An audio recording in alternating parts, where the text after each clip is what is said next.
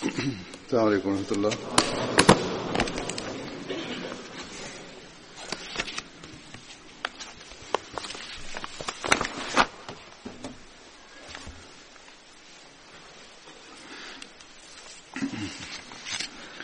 أشهد أن لا إله إلا الله. أشهد أن لا إله إلا الله وحده لا شريك له وأشهد أن محمدا عبده ورسوله. أما بعد فأعوذ بالله من الشيطان الرجيم. بسم الله الرحمن الرحيم. الحمد لله رب العالمين الرحمن الرحيم مالك يوم الدين. إياك نعبد وإياك نستعين. اهدنا الصراط المستقيم صراط الذين أنعمت عليهم غير المغضوب عليهم ولا الضالين. أنهيت كلامي عن حضرة عثمان بن مظعون رضي الله عنه بالقول أنه كان أول من دفن في جنة البقيع.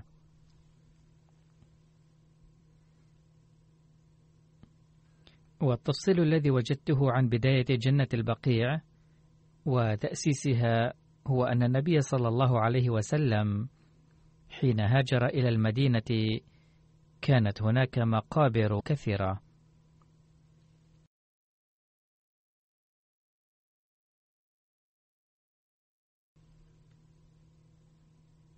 فكانت لليهود مقابر خاصة، وكانت لشتى القبائل العربية مقابر خاصة.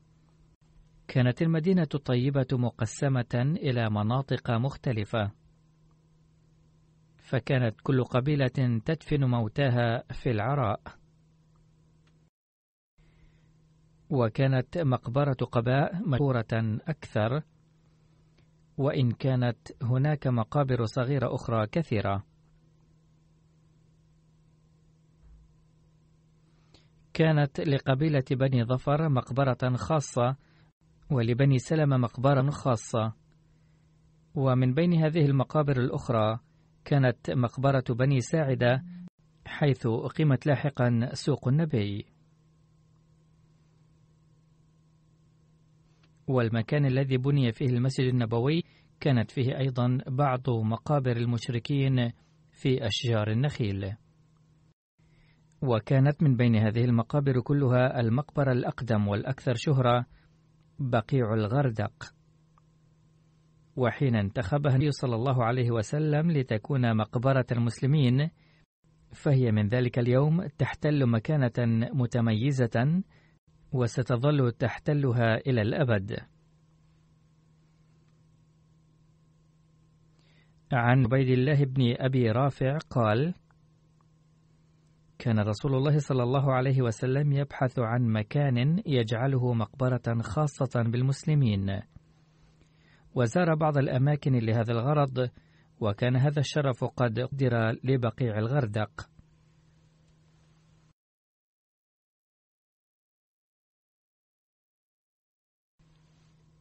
فقال النبي صلى الله عليه وسلم: قد أمرت بهذا، أي أن أختار بقيع الغردق. وكان يقال له بقيع الخبخبة في هذا العصر، وكان فيه كثير من الأشجار وأكثرها الغردق. وكان المكان ممتلئا بالبعوض والحشرات الأخرى، وعندما كانت تطير يبدو كأن هناك سحب من الدخان.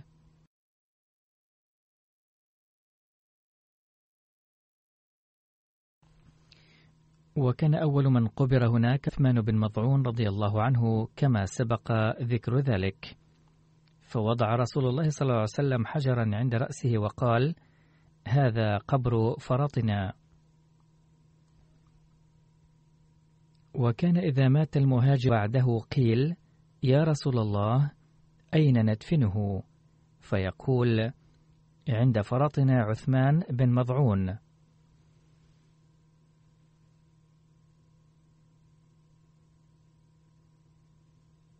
والبقيع هو مكان كثير النبات، وكان هذا المكان سمي ببقيع الغردق لوجود أشجار الغردق فيه بكثرة.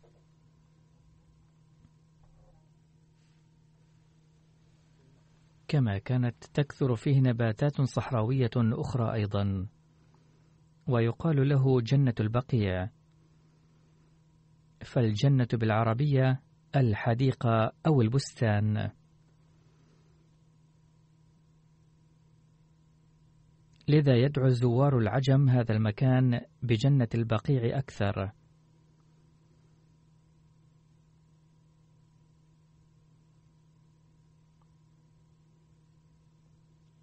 لقد كتب هذا التفصيل الأستاذ عبد الحميد القادري، ثم يقول: لا يغيبن عن البال أن العرب يطلقون على مقابرهم كلمة الجنة نفسها.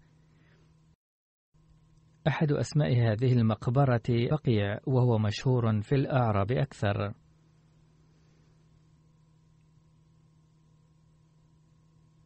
عن سالم بن عبد الله عن أبيه قال: كلما مات مسلم قال النبي صلى الله عليه وسلم: ألحقوه بأفراطنا. نعم السلف لنا عثمان بن مظعون. وروى ابن عباس أن النبي صلى الله عليه وسلم دخل على عثمان بن مظعون حين مات، فانكب عليه ورفع رأسه، ثم حنى الثانية، ثم حنى الثالثة، ثم رفع رأسه وله شهيق وقال: اذهب عنك أبا السائب، خرجت منها ولم تلبس منها بشيء. وعن عائشة أن النبي صلى الله عليه وسلم قبل عثمان بن مظعون وهو ميت وهو يبكي، وعيناه تذرقان، أي كان يبكي كثيرا، وكانت تفيض دموعه وتسقط على خدي عثمان.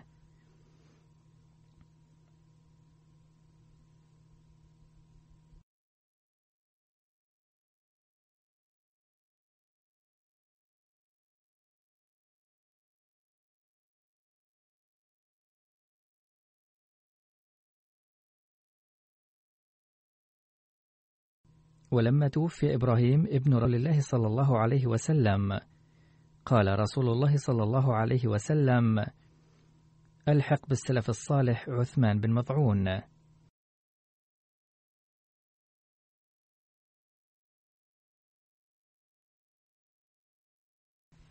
عن عثمان بن عفان أن النبي صلى الله عليه وسلم صلى على عثمان بن مظعون وكبر عليه 4.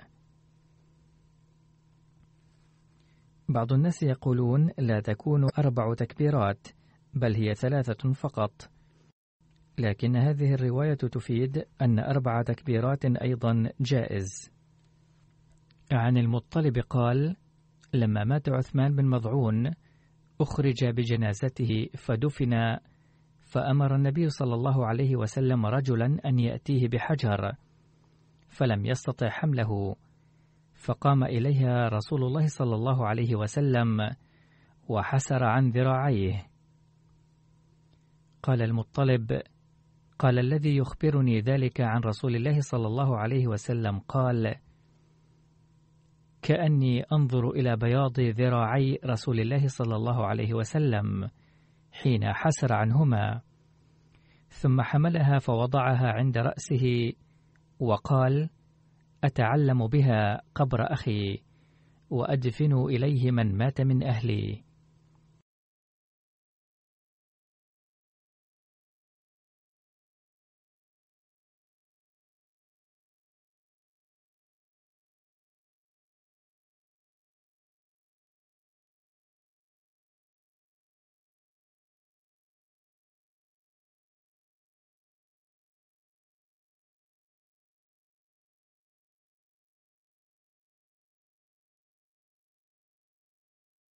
سنن ابن أبي داود.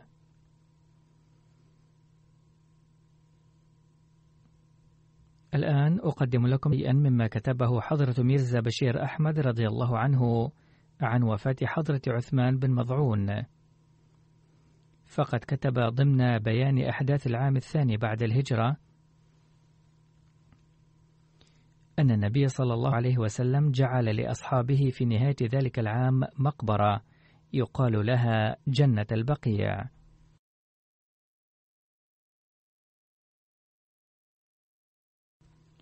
وبعده دفن فيها الصحابة عموما، وأول من دفن فيها من الصحابة هو عثمان بن مظعون. كان عثمان رضي الله عنه من أوائل المسلمين، وكان صالحا وعابدا ومتصوفا، وبعد إسلامه استأذن النبي صلى الله عليه وسلم يوما في ترك الدنيا والأهل ليقف حياته لعبادة الله خالصة، فلم يأذن له النبي صلى الله عليه وسلم بذلك. ولقد بينت تفصيل ذلك في الخطبة الماضية.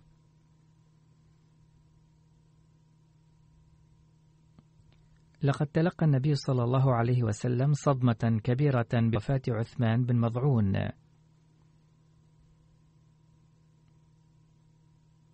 وفي رواية أنه حين توفي دخل عليه النبي صلى الله عليه وسلم فقبل جبينه وعيناه تدمعان، وبعد دفنه وضع حجرا عند رأسه كعلامة، وبعد ذلك كان يرتاد جنة البقيع من حين لآخر ويدعو له. كان عثمان أول مهاجر توفي مدينة.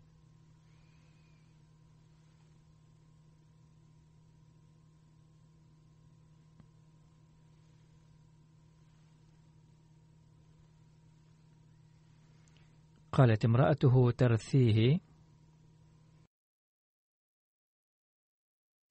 يا عين جودي بدمع غير ممنون على رزية عثمان بن مظعون، على امرئ بات في رضوان خالقه، طوبى له من فقيد الشخص مدفون، طاب البقيع له سكنى وغردقه، وأشرقت أرضه من بعد تفتين، وأورث قلب حزنا لا انقطاع له، حتى الممات فما ترقى له شوني.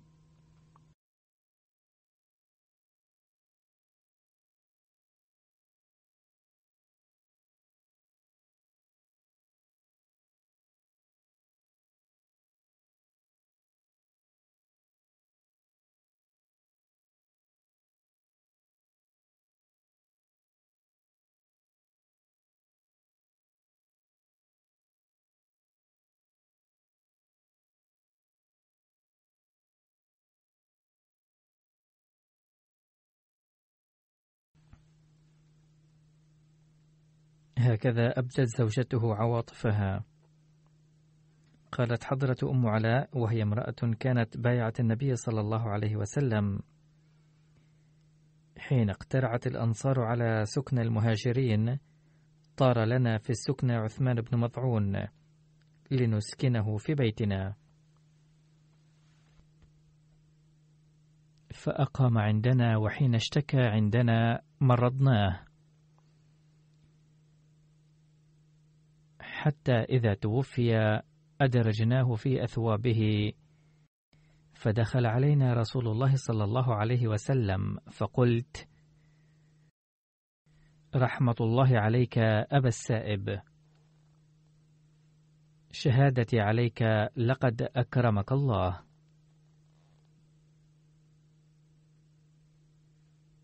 فقال رسول الله صلى الله عليه وسلم: وما يدريك أن الله أكرمه؟ فقالت: لا أدري بأبي أنت وأمي، أنا لا أعلم عن ذلك، لكنني أعربت عن عواطفي.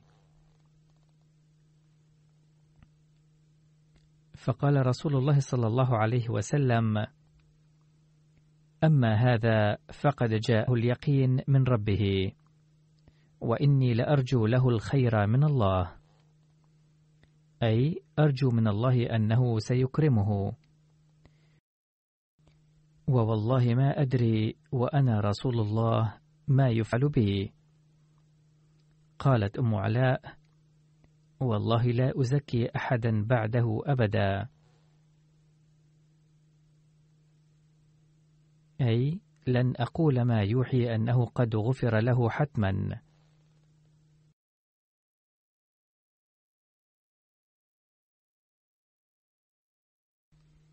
فأحزنني ذلك فنمت، فرأيت لعثمان عينا تجري، فجئت إلى رسول الله صلى الله عليه وسلم فأخبرته، فقال رسول الله صلى الله عليه وسلم: ذلك عمله.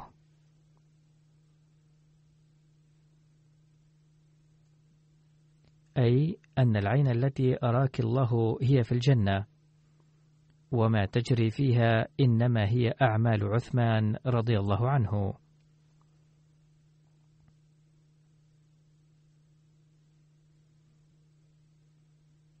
إذن كان هذا أسلوب النبي صلى الله عليه وسلم للتربية، لذا قال ناصحا أنه ينبغي ألا تشهدوا شهادة مؤكدة على مغفرة الله لأحد هكذا. أما عندما أريت أم علاء أعمال عثمان بن مظعون بصورة عين، صدق النبي صلى الله عليه وسلم رؤياها، وإلا كان النبي صلى الله عليه وسلم يعلم سلفا أن الله تعالى قد رضي عن الصحابة البدريين. وأضف إلى ذلك أدعية النبي صلى الله عليه وسلم لعثمان، وما أبداه صلى الله عليه وسلم من عواطفه بحق عثمان، يوضح جيدا أنه صلى الله عليه وسلم كان واثقا بأن الله تعالى سيجيب أدعيته بحق عثمان، وسينال قرب الله تعالى. ومع ذلك قال صلى الله عليه وسلم: لا يحق لكم أن تشهدوا بذلك بحق أحد.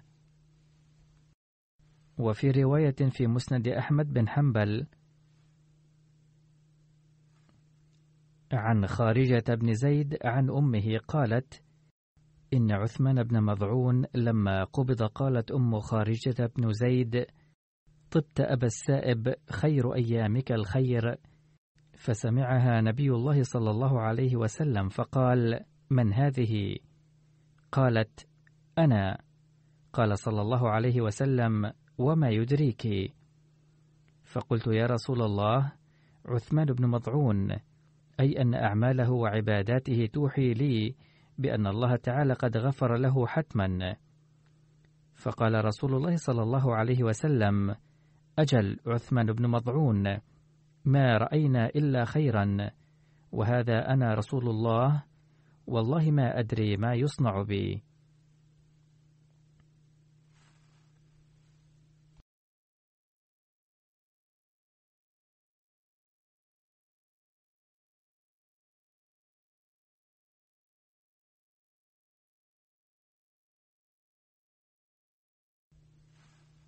أقول: ليس في العالم شخص أحب إلى الله تعالى من النبي صلى الله عليه وسلم، فهو حبيب الله.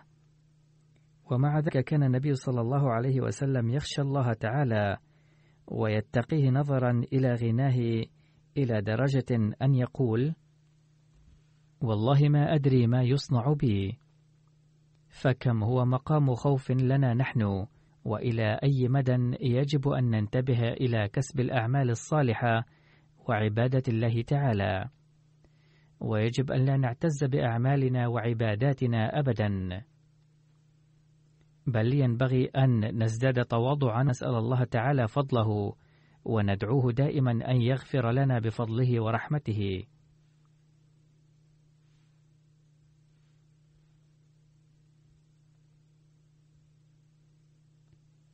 وفي رواية أخرى في مسند أحمد بن حنبل قالت أم علاء: فاشتكى عثمان بن مضعون عندنا فمرضناه حتى توفي، أدرجناه في أثوابه، فدخل علينا رسول الله صلى الله عليه وسلم، فقلت: رحمة الله عليك أبا السائب، شهادتي عليك، لقد أكرمك الله. فقال رسول الله صلى الله عليه وسلم: وما يدريك أن الله أكرمه؟ قالت: فقلت: لا أدري بأبي أنت وأمي. فقال رسول الله صلى الله عليه وسلم: أما هو فقد جاءه اليقين من ربه، وإني لأرجو الخير له، والله ما أدري وأنا رسول الله ما يفعل بي. قالت: والله لا أزكي أحدا بعده أبدا، فأحزنني ذلك.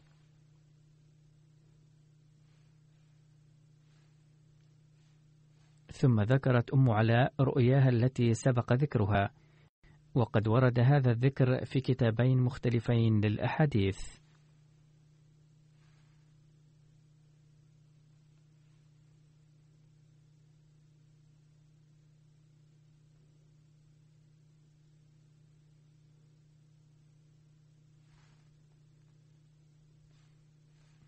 لا شك أن الله تعالى رفع درجاته، وكان النبي صلى الله عليه وسلم قد دعا له أيضا.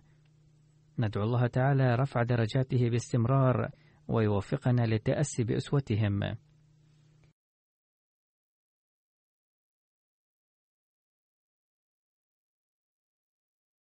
الصحابي الآخر الذي سأذكره هو وهب بن سعد بن أبي السرح، كان من بني عامر بن لؤي، وهو أخو عبد الله بن سعد بن أبي سرح. أمه مهانة بنت جابر من الأشعريين. كان وهب أخا عبد الله بن سعد بن أبي سرح كاتب الوحي الذي ارتد فيما بعد.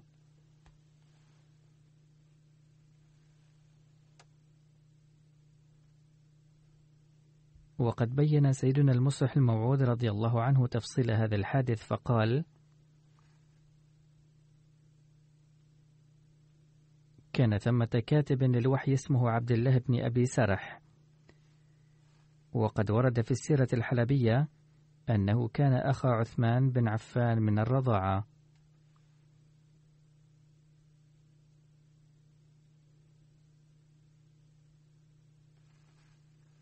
ثم يضيف المصلح الموعود رضي الله عنه: كلما نزل على النبي صلى الله عليه وسلم شيء من الوحي دعاه وأملاه عليه.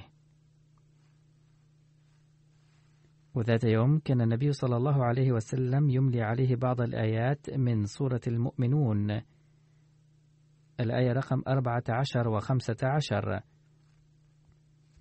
فلما بلغ قول الله تعالى: ثم أنشأناه خلقا آخر، قال الكاتب من تلقائه: فتبارك الله أحسن الخالقين.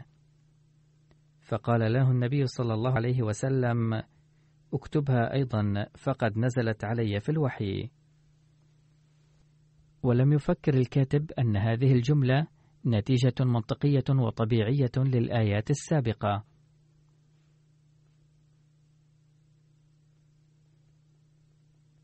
وإنما ظن أن محمدا صلى الله عليه وسلم لما سمعها من لسانه عدها من عند نفسه آية قرآنية، وهذا يعني أنه يختلق القرآن كله من عنده معاذ الله. فارتد الكاتب وذهب إلى مكة، ولدى فتح مكة كان عبد الله هذا من بين أناس أمر النبي صلى الله عليه وسلم بقتلهم حيثما وجدوا، ولكن عثمان رضي الله عنه أجاره. تفصيل هذه الإجارة أنه عندما علم عبد الله بن أبي سرح أن النبي صلى الله عليه وسلم أمر بقتله، ذهب إلى أخيه من الرضاع عثمان بن عفان وقال له ما مفاده: يا أخي، اطلب لي الأمان قبل أن يقتلني رسول الله. هذا ما ورد في السيرة الحلبية.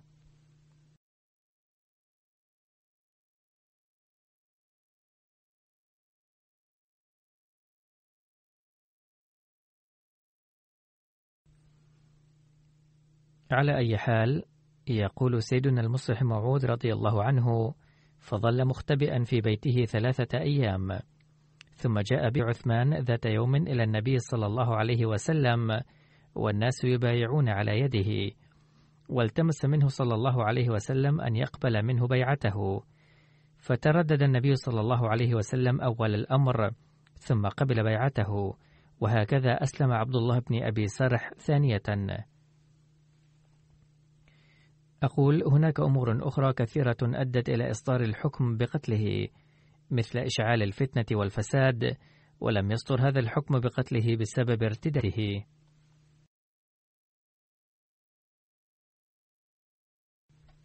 قال عاصم بن عمر: لما هاجر وهب بن سعد من مكة إلى المدينة نزل على كلثوم بن الهدم، وآخى رسول الله صلى الله عليه وسلم بين وهب بن سعد وسويد بن عمرو.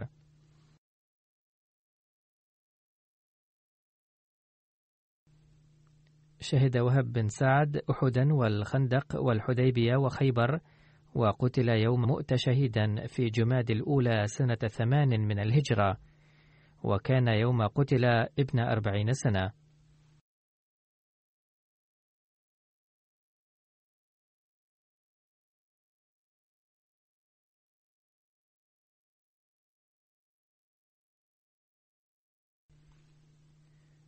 لقد ذكرت أسباب معركة مؤتة في الطبقات الكبرى كما يلي: بعث رسول الله صلى الله عليه وسلم الحارث بن عمير إلى ملك بصرى بكتاب، فلما نزل مؤتة عرض له شرحبيل بن عمرو الغساني. كان شرحبيل أحد ولاة قيصر على الشام بحسب ما قيل في السيرة الحلبية.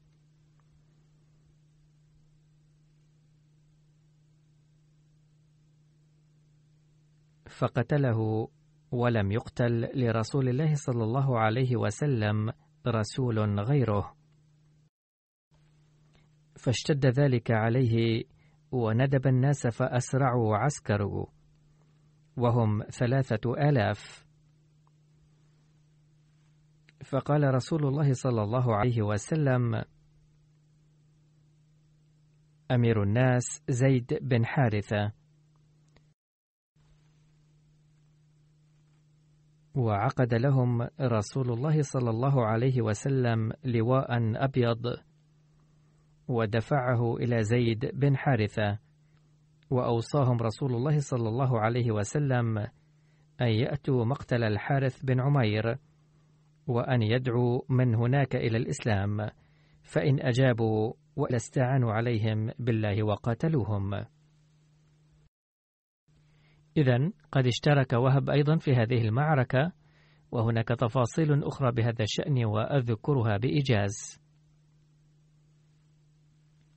عن عبد الله بن عمر رضي الله عنهما قال: أمر رسول الله صلى الله عليه وسلم في غزوة مؤتة زيد بن حارثة، فقال رسول الله صلى الله عليه وسلم: إن قتل زيد فجعفر، وإن قتل جعفر فعبد الله بن رواحة.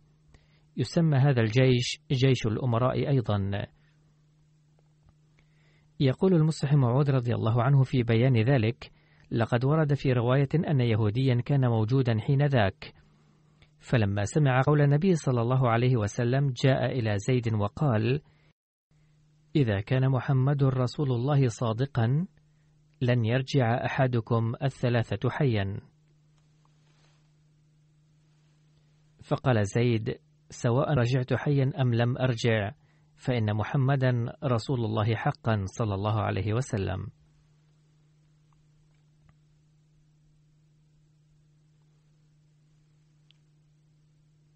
لقد تلقى رسول الله صلى الله عليه وسلم من عند الله تعالى خبر الذين استشهدوا في هذه المعركة. عن أنس بن مالك رضي الله عنه أن رسول الله صلى الله عليه وسلم نعاهم إلى الناس قبل أن يجيء الخبر. أخذ الراية زيد فأصيب، ثم أخذ جعفر فأصيب، ثم أخذ عبد الله بن رواحة فأصيب، وعيناه تذرفان، ثم قال: ثم أخذ الراية بعد خالد بن الوليد فانتصر.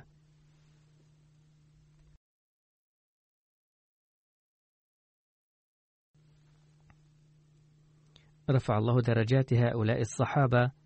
بعد ذكرهم سوف أذكر اليوم بعض الإخوة الذين قد توفوا، وسوف أصلي عليهم الجنازة أيضا. أولهم الداعية ملك محمد أكرم الذي توفي في 25 من إبريل الجاري مانشستر. إنا لله وإنا إليه راجعون، وجنازته حاضرة، وسوف أصلي عليه بعد صلاة الجمعة بعدما أخرج من المسجد إن شاء الله تعالى.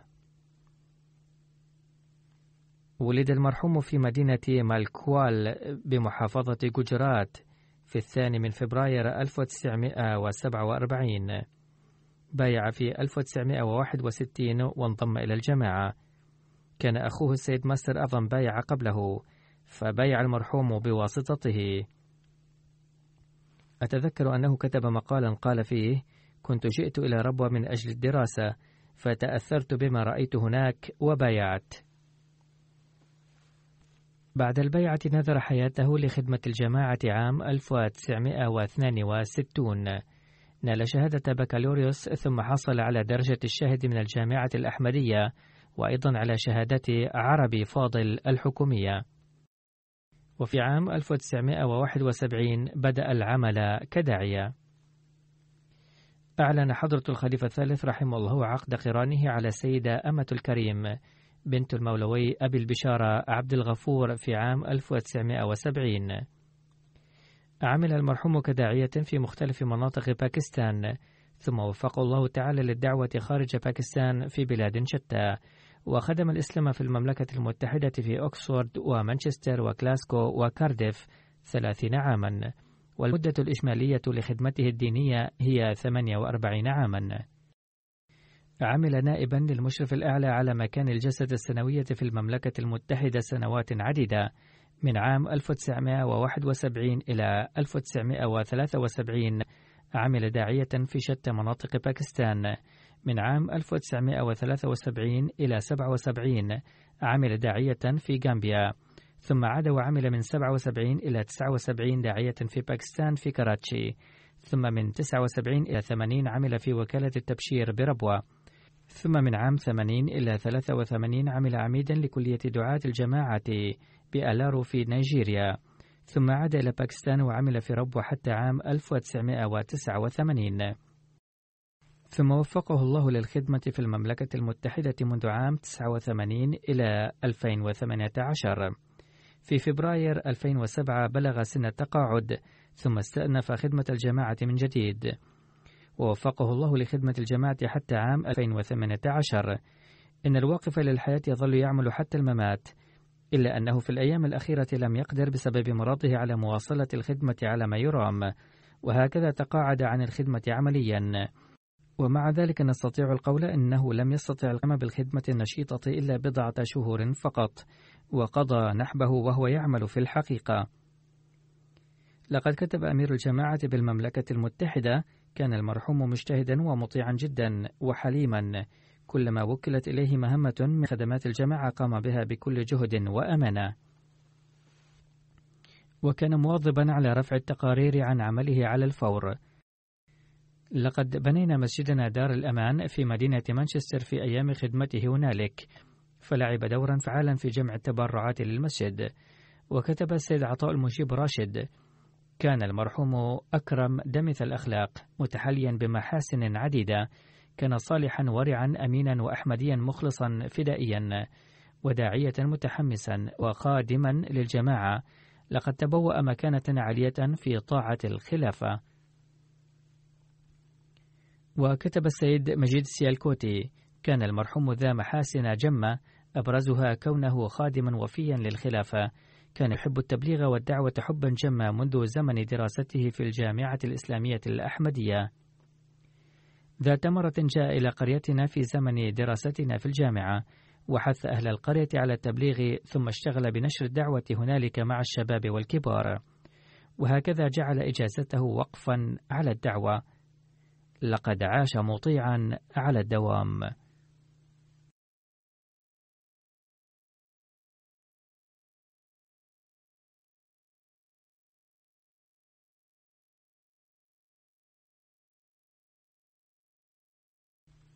وكتب السيد أسلم خالد المحترم الذي يخدم في مكتب السكرتير الخاص بلندن: صار المرحوم بزواجه من أقارب من قبيل الأصهار، حيثما عمل المرحوم داعية أحبه أبناء الجماعة. في أيام مرضه كان يذكر أبناء فروع الجماعة التي عمل فيها، ولا سيما جماعتنا في مانشستر، بحب ولطف. كان يعامل الأطفال الشباب بشفقة كبيرة. ذكر لي السيد خالد مثالا على ذلك فقال: أخبرني المرحوم قائلا: كان هناك طفل من الأطفال الذين قد كبروا الآن وتزوجوا، فعندما رزقه الله أول ولد اتصل بي هاتفيا في حوالي الساعة 3 ليلا وقال لي: حضرة الداعية، لقد رزقني الله ابنا. يقول السيد أكرم: فقلت في نفسي في أول وهلة: لماذا يخبرني بذلك ويزعجني في هذه الساعة المتأخرة بالليل؟ هلا أخبرني في الصباح؟ ولكن ما قاله الشاب بعد ذلك أفحمني، حيث قال معبرا عن حبه العميق للداعية الذي رباه: حضرة المربي المحترم، كنت عاهدت نفسي أنه عندما يرزقني الله أول ولد أن أخبرك أولا، وقد أخبرتك أولا، والآن سأخبر أبي.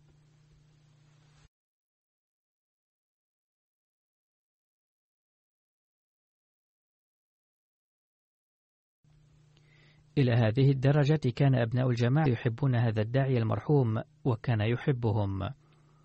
رفع الله درجات المرحوم وتغمده بواسع رحمته، وألهم ذويه الصبر والسلوان. جنازته حاضرة، وسوف أصلي عليه عندما أخرج من المسجد بعد الصلاة.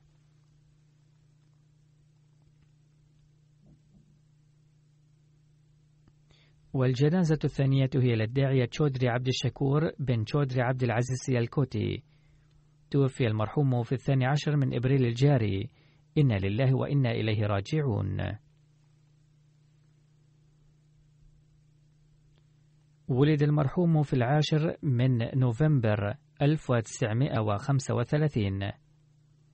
كان أحمديا بالمولد، حيث بايع جده في عام 1901. حصل الداعية عبد الشكور على شهادة ثانوية، ثم نال شهادة الشاهد من الجامعة الإسلامية الأحمدية، ثم حصل على شهادة مولوي فاضل الحكومية. ثم في يونيو عام 1956 نذر حياته لخدمة الإسلام. كان قبل ذلك يعمل في مصلحة القطار ككاتب. ثم في عام 1962 شهادة مولوي فاضل، ونال شهادة الشاهد في عام 1963. وفي يوليو 63 بدأ يعمل في وكالة المال الثانية، ثم عمل في دوائر مختلفة للجماعة في ربوة. ثم في عام 64 أوفد إلى سيراليون لنشر دعوة الإسلام، وعمل هنالك حتى عام 68. ثم عمل من ديسمبر 1970 إلى ديسمبر 73 في غانا، ثم من 75 إلى 78 في غامبيا، ثم من فبراير 80 إلى أبريل 86 في ليبيريا.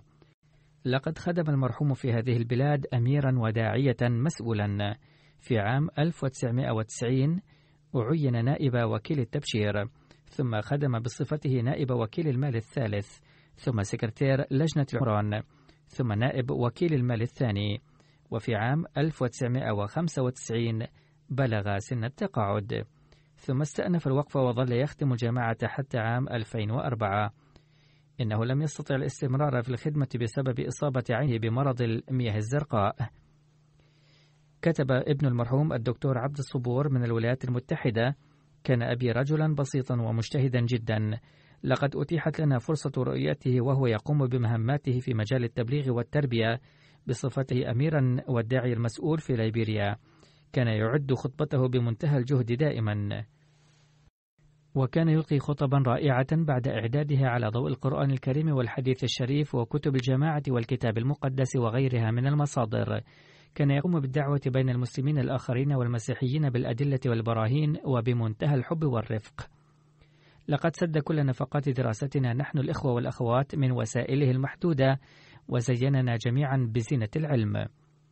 وقال السيد محمود طاهر القائد العمومي لمجلس أنصار الله بباكستان: كان المرحوم خدوما صامتا، كان يركز على عمله فقط، وكان سديد الرأي.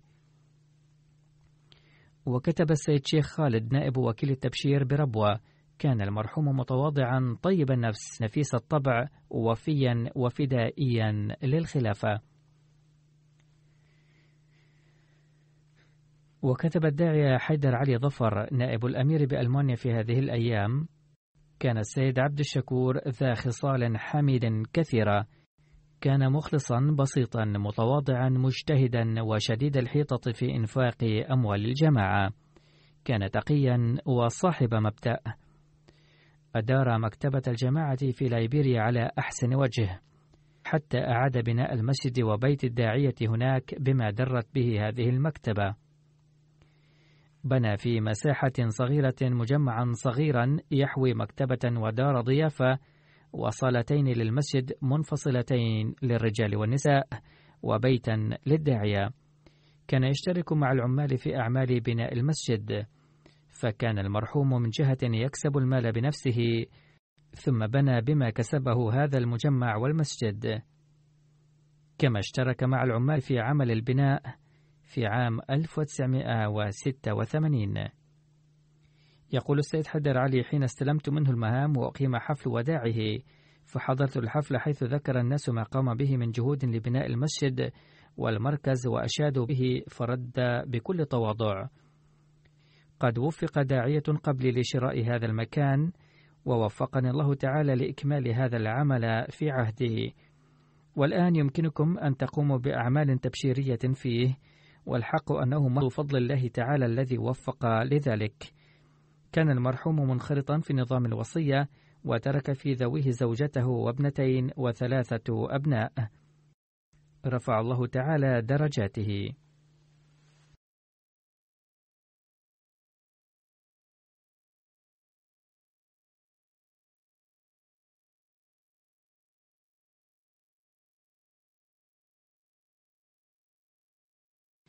وثالثا نصلي على الغائب السيد محمد صالح محمد الداعية المحلي تحت مشروع الوقف الجديد.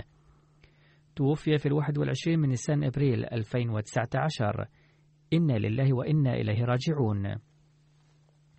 كان أبو جدته لأمه ملك الله بخش رضي الله عنه صحابيا المسيح الموعود عليه السلام، وهو بعد أن رأى آية الكسوف والخسوف ذهب من لودران إلى قاديان سيرا على الأقدام، وبايع على يد المسيح الموعود عليه السلام. كان والده غلام محمد من الدعاة المحليين الأوائل في الجماعة.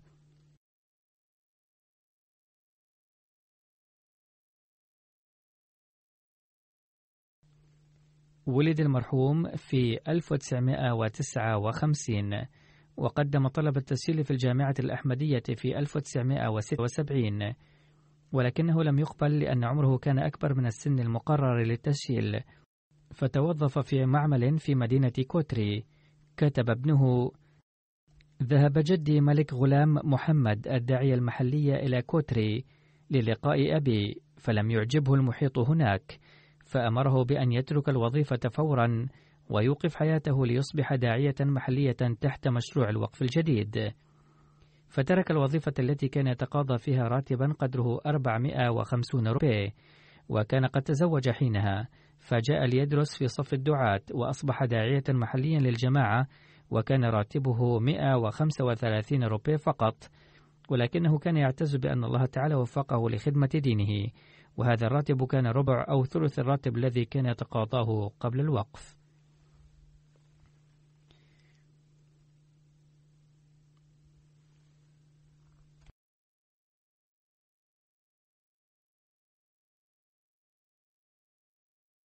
أعين داعية في نكر باركر في 1979، وكانت الظروف صعبة جدا.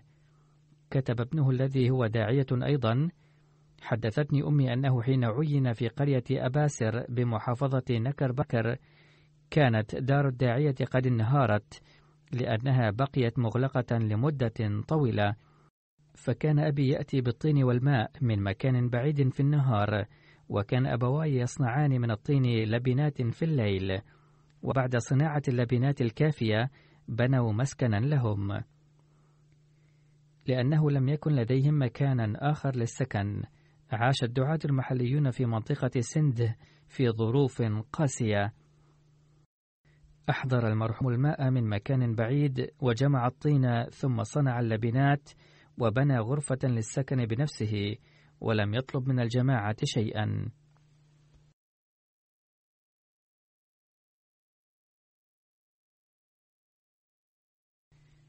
كتب ابنه: أخبرني أبي أنه لم تكن أي تسهيلات في ناجر بارك، لذا حين كان يذهب للاجتماع الشهري كان يأتي معه بحاجيات البيت وأدوية الهوميوباثي وأشياء ضرورية أخرى، لأنه كان يقيم في منطقة نائية. فذات مرة عند عودته من الاجتماع ضل الطريق لأنها منطقة صحراوية واسعة، والمرء لا يعرف الطريق إلا بواسطة آثار الأقدام، فلم يستطع معرفة طريقه الصحيح وضل، ونفد الماء من عنده أثناء الطريق، وكانت أيام الحر الشديد، وأخيرا بسبب شدة التعب والعطش أغشي عليه وسقط هناك. فمر رجلان على جمل ورأيا شخصا ساقطا على الرمل، فاقتربوا منه فعلموا أنه الدكتور.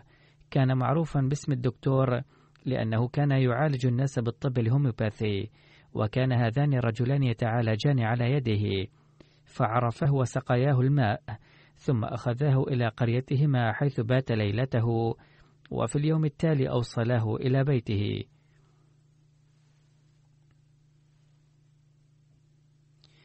كتب أيضا: كان أبي يوصي أولاده بالصلاة، وكان ملتزما بصلاة التهجد حتى صلى التهجد يوم وفاته أيضا، وأيقظ أمي أيضا للصلاة.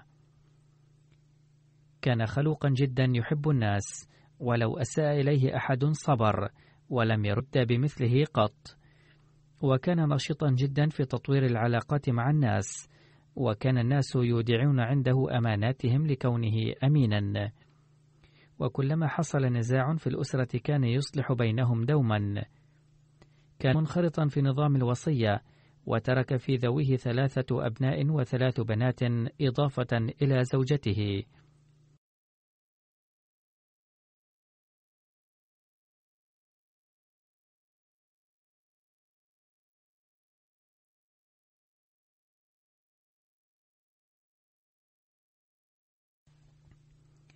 ابنه السيد مبارك أحمد منير داعية الجماعة في بوركينا فاسو، ولذلك لم يستطع الذهاب إلى باكستان ليصلي على أبيه. رفع الله درجات المرحوم وغفر له ورحمه، ووفق أولاده بالحماس وروح التضحية التي كان المرحوم يملكها.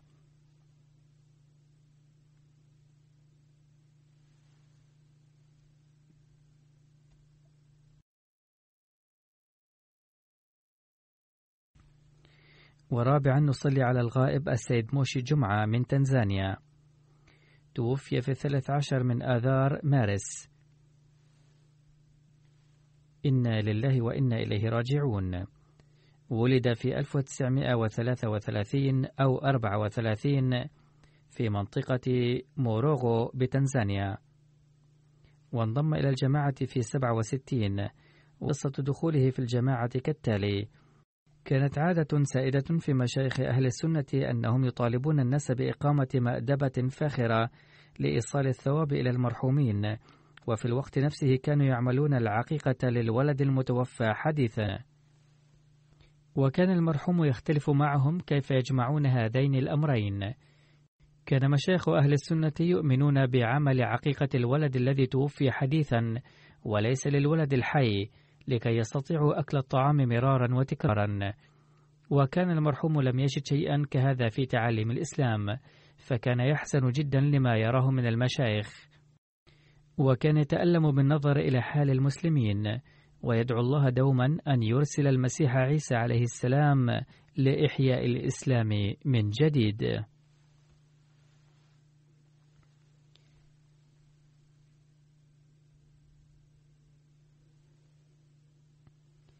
كتب الداعية المسؤول في تنزانيا أن المرحوم كان يقول: التقيت بالداعية المسؤول، وكان آنذاك الداعية المسؤول في تنزانيا السيد جميل الرحمن رفيق، الذي هو وكيل التصنيف في باكستان حاليا. قال: حين التقيت به ذكرني بحديث الرسول صلى الله عليه وسلم: من لم يعرف إمام زمانه مات ميتة جاهلية. فخطر ببال المرحوم أنه لم يؤمن بإمام الزمان، لذا هو ليس مسلما حقيقيا، فبايع فورا دون تأخر. وبعد البيعة ذهب إلى قريته وبشر إخوته وأخواته وأسرته وأصدقائه وجمعهم جميعا وبلغهم دعوة المسيح الموعود عليه السلام. فبايع أخوه السيد عيدي سلمان في العام نفسه وهو قد توفي، وكذلك دخل الجماعة زوجة السيد جمعة فورا بتبليغه.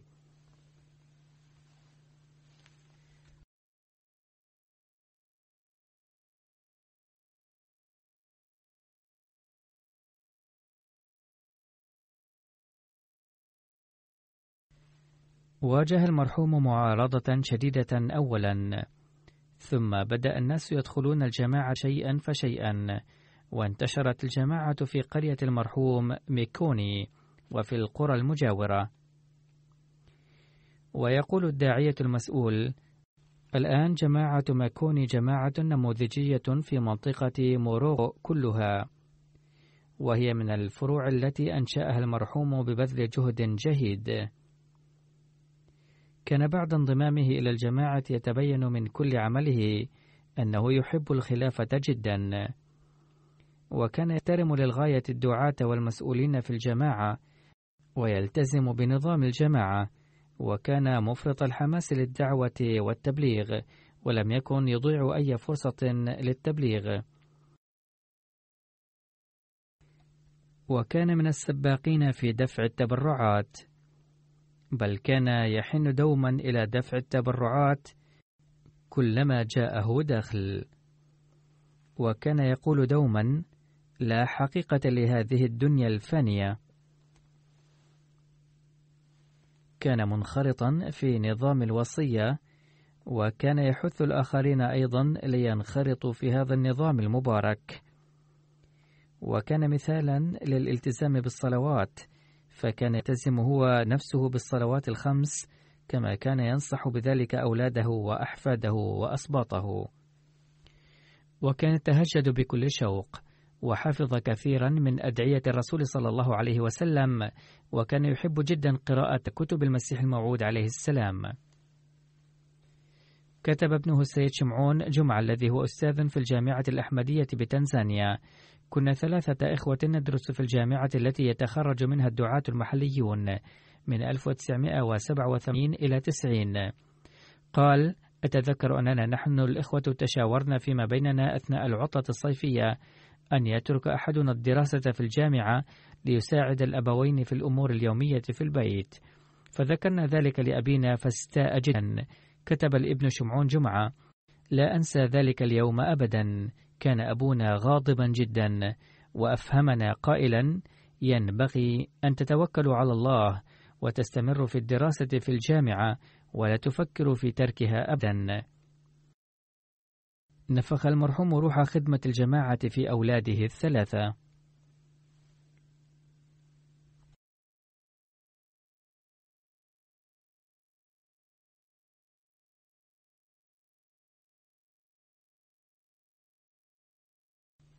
رحمه الله تعالى وغفر له ورفع درجاته، وجعل أولاده خداما صادقين للدين والإسلام.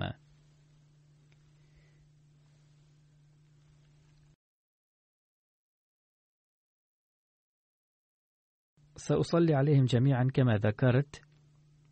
جنازة السيد ملك أكرم حاضرة، وسأخرج لأصلي عليها، وأما أنتم فتشتركون في الصلاة في داخل المسجد.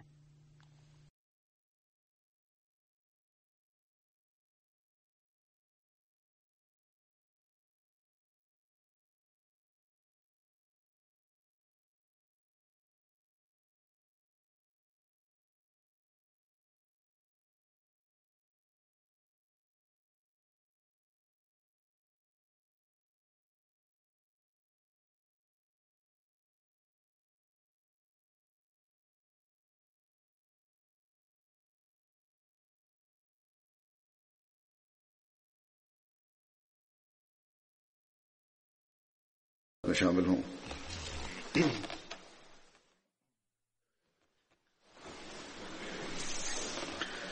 अल्हम्दुलिल्लाह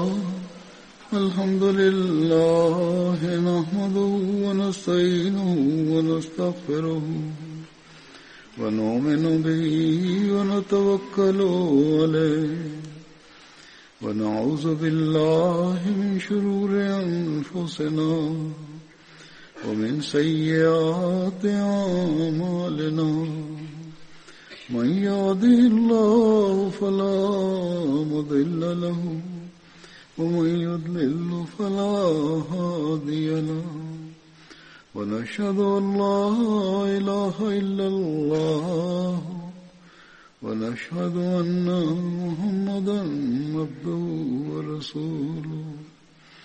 इबादल्लाहि रहिमकुमुल्लाह इन्नल्लाहा यअमुरु बिल अदलि वल इहसानि व ईताइ ज़िल क़ुर्बा व यन्हा अनिल फ़हशाइ वल मुनकरि वल बग़य य'iज़ुकुम लअल्लकुम तज़क्करून। उज़्कुरुल्लाहा यज़्कुरुकुम वद्'ूहु यस्तजिब लकुम व लज़िक्रुल्लाहि अकबर।